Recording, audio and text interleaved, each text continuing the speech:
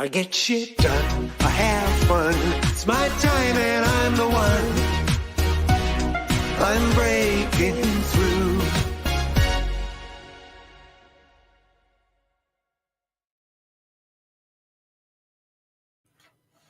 Hello and welcome to another edition of the Business Renovator. Today, a topical topic, strategies to survive active shooters for schools and campuses. It's unfortunate that we have to have these kind of conversations, but I have an expert as a guest. He's also a friend.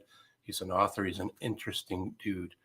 But before we get there, thank you for being here. If you're watching us live, much appreciated. And if you're watching us later on the replay, hashtag replay, let us know where you're watching us in from. That would be fantastic. And share this out on our YouTube channel if you would be so kind. We'd appreciate that as well. I'm going to have a shameless plug from my sponsor, which is actually me, as part of the Focal Point coaching community. And here we go.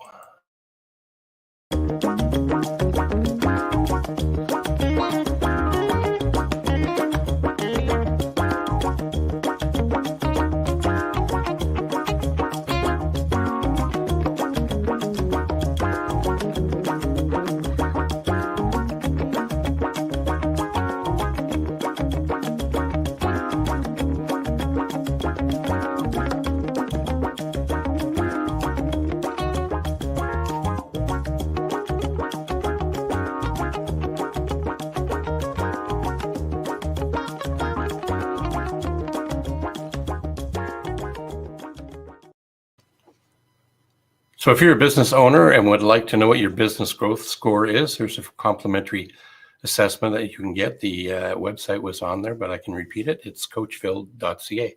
Top right-hand corner, click on the button. It'll take you to your assessment, and no credit card is required. So as I said, today we're going to be talking about something that's kind of topical, and it's unfortunate that these things are going on, but there is a good side of this, a good news story a little bit, is that you can do something to help yourself in the campuses. So we're going to bring on Alain today to talk about that and share his story in and around and how, that and how it all got started. So he's a Black Belt Communicator and understands that all individuals have a right to live and learn in an environment free from violence. We're going to talk about his book, which provides educators and students with the knowledge needed to survive an active shooter situation on a school or on a campus. And you're going to learn to get ready for active shooting or active shooter incidences and prevent those from having much casualties. So I'm not going to talk much more about that other than to bring him on. He's an interesting dude. He's a veteran of the U.S. Army. He's done some pretty interesting things there.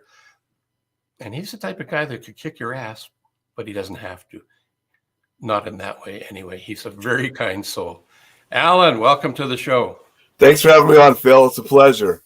Anything you would like to add that I know when I read all of the stuff that talks about your experience, you have a vast experience in safety and shooting and looking after yourself and others. Yeah, I've been teaching safety programs and martial arts for many, many years, decades now. I'm getting older. But it was really the Aurora shooting. Remember when the Batman movie premiere, when people started asking me, Alain, you're an expert in this safety. What do we do in these situations? And that's where I shifted my focus a bit and became certified by Safariland to teach their 8-hour active response course, studying, doing different courses, teaching, learning, and writing the book that I wished was available, at the time that I got interested in the topic. I was finding just a lot of small little pamphlets regurgitating run, hide, fight, but I wanted more. And, I came up with my own model and came up with my own programs and started teaching those around the country. Yeah, I was I got a copy of your book. cost you an arm and a leg to get it up to where I am in Canada. Yeah, it costs more to mail it to you than the price of the book. I mean, shipping and handling out of the country, getting it pretty expensive. So most people in other countries order from their own country's Amazon or get the Kindle where you can get it anywhere. I've learned the hard way too. I've bought other people's books and gifted them to other people, and the shipping cost to get it from your country to my country was not bad. You thought yours was expensive. I shipped a used book, not yours, to somebody else, and it cost me more than it cost to get 2 books shipped to me. It was crazy. Yeah. So, but it's worth. There's a lot of content in it. We're not going to be able to capture all of what's in there. Like when I was doing a summary, there's 6 appendices in the back that has some great resources. There's a long list of other references and other people, websites, and evidence that this is not a fiction book. This is a book about reality. So there's 17 pages just with that, and chapters. Well, there's not as many chapters, but the chapters are jam-packed with some really incredible information. It's a textbook. I mean, it really is. It's not a little pamphlet. I wanted an authoritative textbook on the topic, and so that's what it looks like if you were looking for it. Survive a shooting, and you can't read all the other stuff, but it says strategies to survive active shooters and terrorist attacks. That's what it looks like. So make sure you get this one if you're thinking about buying a book, if there's something there that makes sense. We'll also share some how you can get hold of Alain via his website, social media space as well. Yeah. So what's been one of the experiences from your attendees of being part of your training that you'd like to brag about, where somebody had some huge gains from hanging out with you and learning this stuff? Yeah, I mean, I think the most important thing is I really love seeing the light bulbs go off, saying, there are things we can do. We don't have to just be victims. In the shooting in Maryland a few years ago, I remember on the news, there were a couple things that just had me like cringing and wanting to scream. One was the person hiding under the desk as the shooter was reloading and such, which, as I teach, when a shooter is reloading or doing something or a malfunction which happens to a weapon, those are the opportunities that you can do something. And then another person that just had me was a person on the TV was saying, there's absolutely nothing you can do regarding situations like this. Well, there's a ton of things we can do. We can do things before, during, and after to save lives. I guarantee that if I took all those people in the Pulse nightclub down there in Orlando, that, 49 people killed by one shooter, if I could have taken that nightclub of people and had them in one of my classes or one of Safari Land's classes, or, there's other good instructors out there teaching stuff too.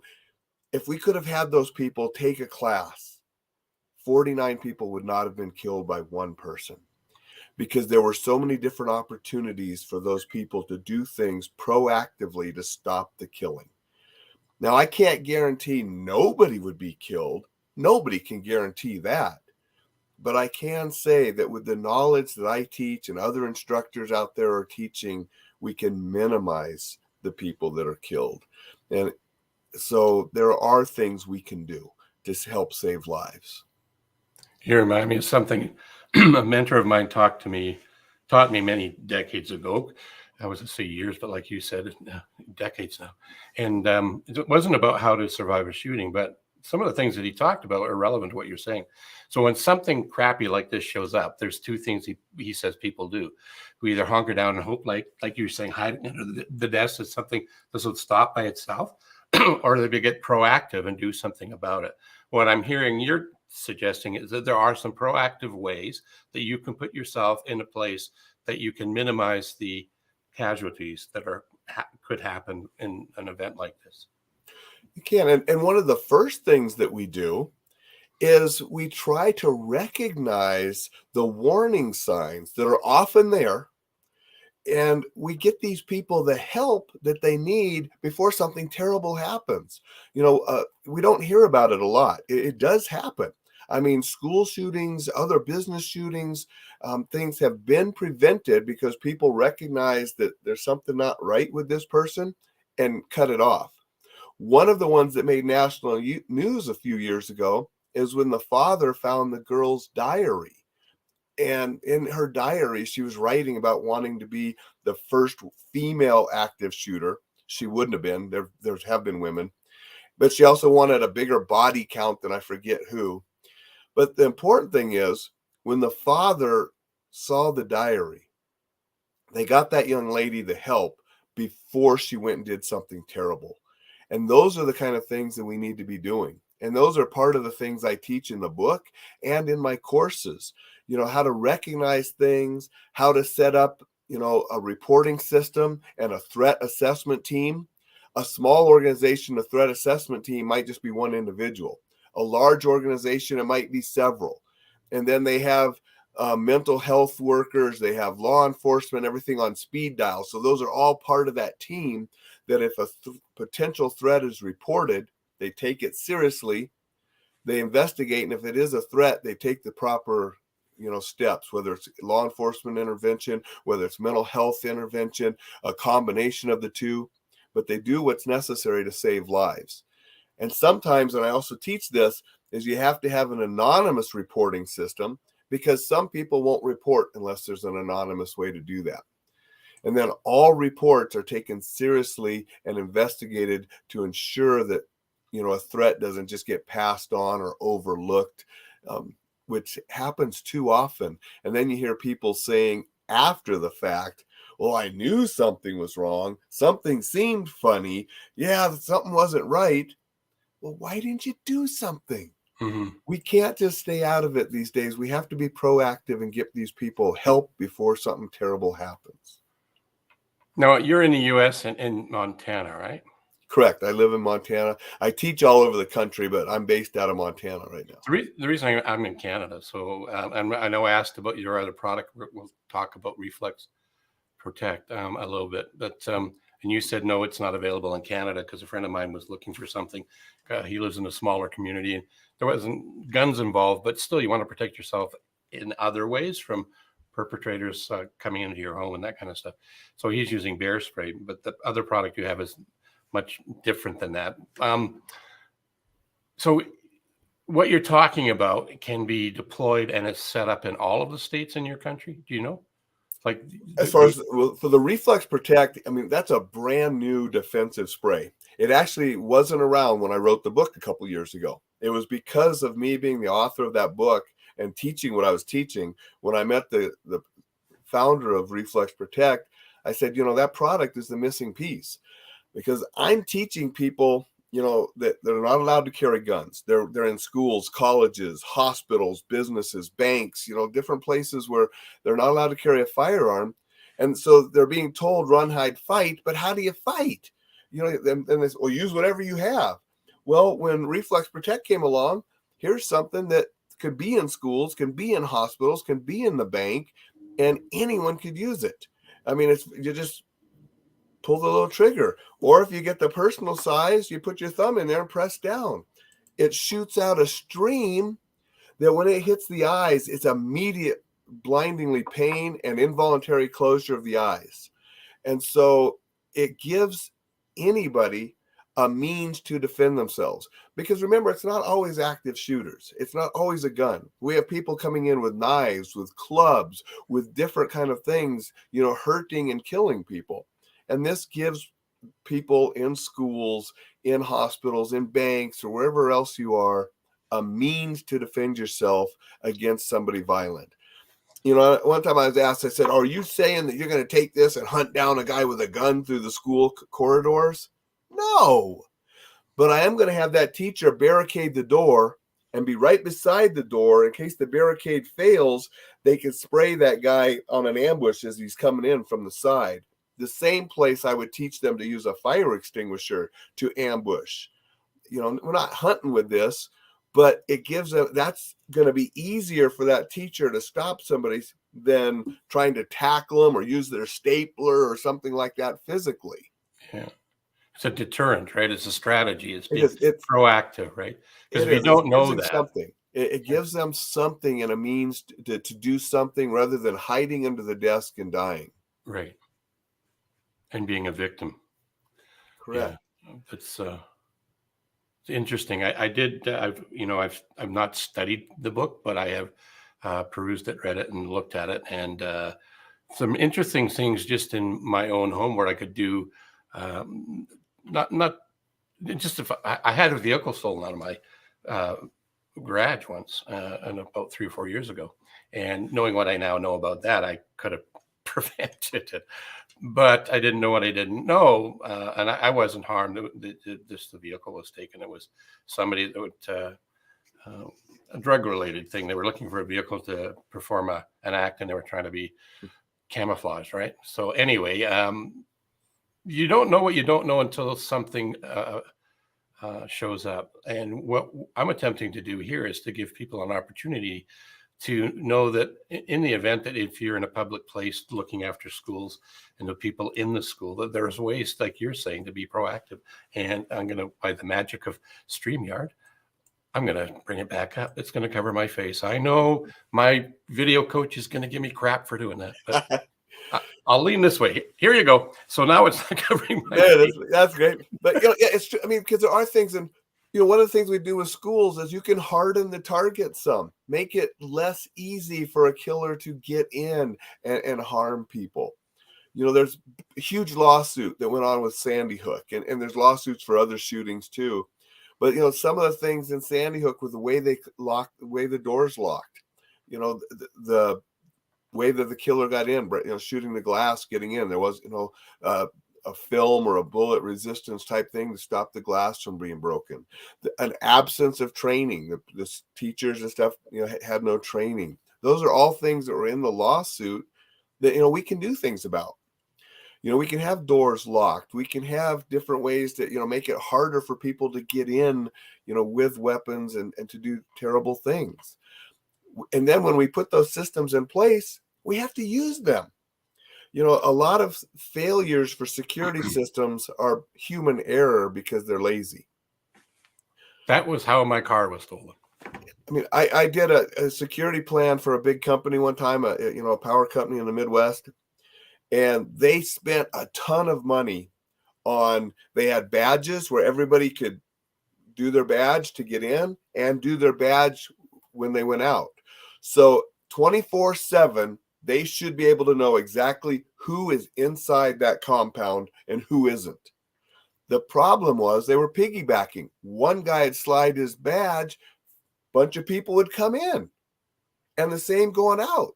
And I was like, and when I was talking about this stuff to some of the managers, they're like, well, you don't expect everybody to slide their card, do you? I said, why did you spend thousands and thousands of dollars on the system?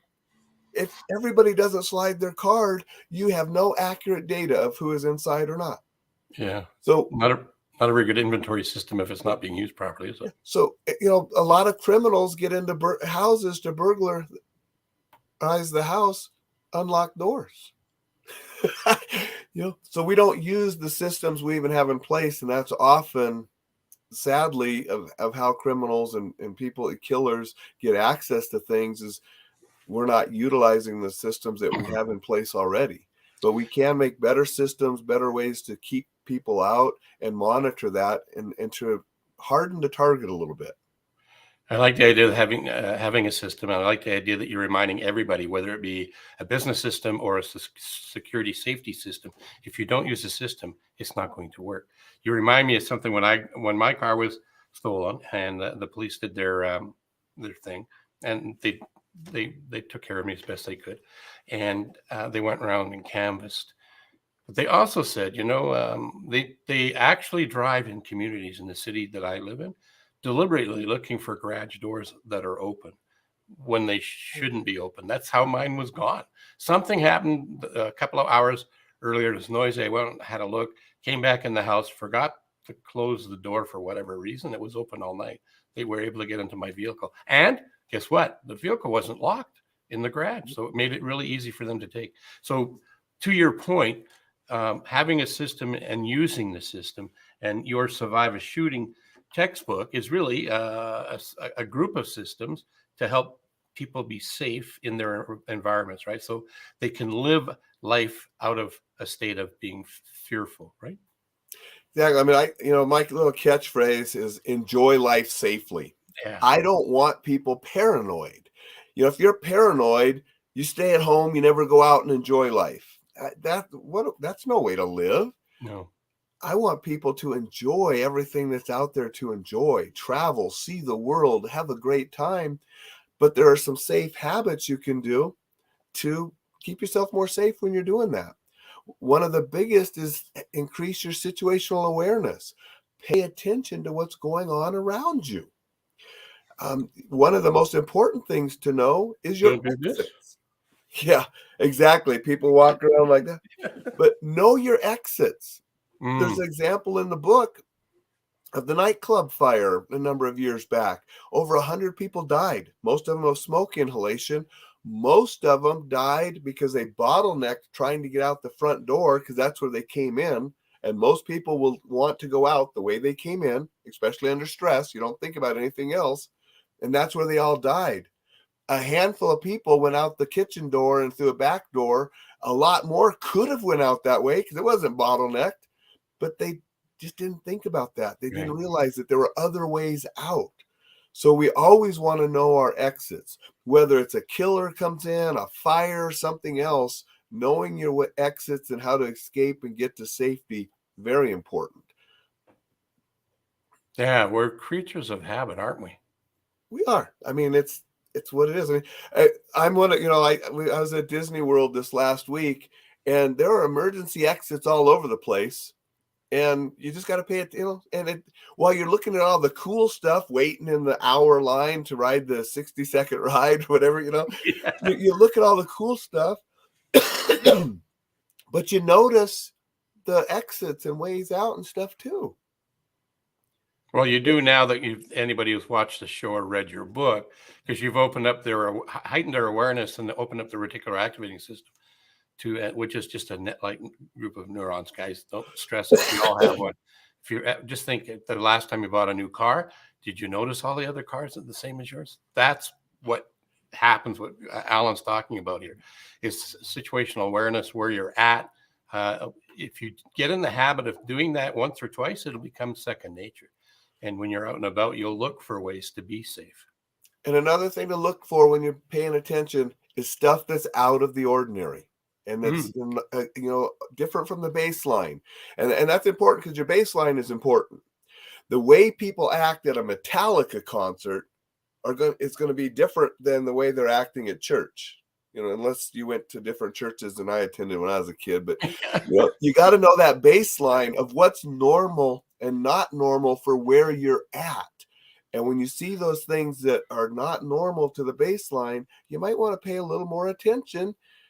And if something looks out, it just doesn't feel right, listen to that inner intuition, leave, go somewhere safe, report it to the authorities. Say, I saw so-and-so, this area, give them as much information as you can and why you felt it was odd or different.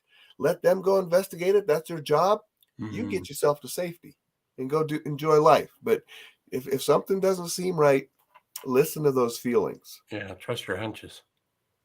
That's good advice for business, though, too, outside of the safety. If you get something, it doesn't feel right, check it out. Even in business, right? Exactly. I mean, it's kind of sort of common sense to do what you're talking about, but one of the things that's sad about common sense, it's not very common. It's not commonly practiced. It's not commonly practiced. Right. That's for sure. That's right. I want to do a little bit of sharing of your website here. I'm just going to bring it on up. I'm going to start with this one, if it lets me. Survive a Shooting. Let me put up the URL so people can actually see what it is. That's the handsome dude there that we're talking about. Looks the same, actually. Banners. Here we go. Yep, that website has information about the book and the course and some different stuff. I'm hoping to add some more. You can have radio interviews and different things there, but some good resources as well as how to get a hold of me for, different trainings. Cool.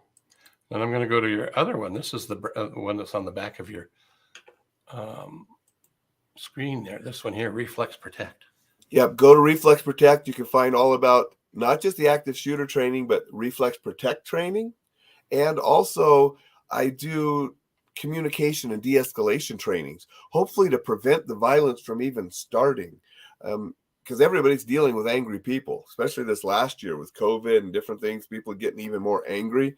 So that communication class, very important class that, have been requested by different organizations, schools, hospitals, different places.